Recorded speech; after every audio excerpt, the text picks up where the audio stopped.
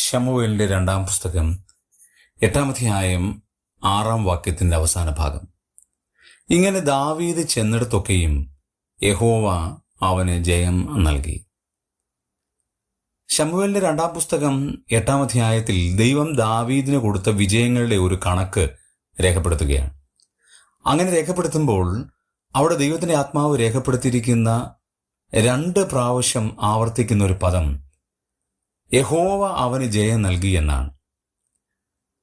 14-ാം വചനത്തിലേക്ക് വരുമ്പോഴും ഇതേ വാക്യം കാണാൻ കഴിയും. ദാവീദ് ചെന്നിടത്തൊക്കെയും യഹോവ അവന് ജയം നൽകി.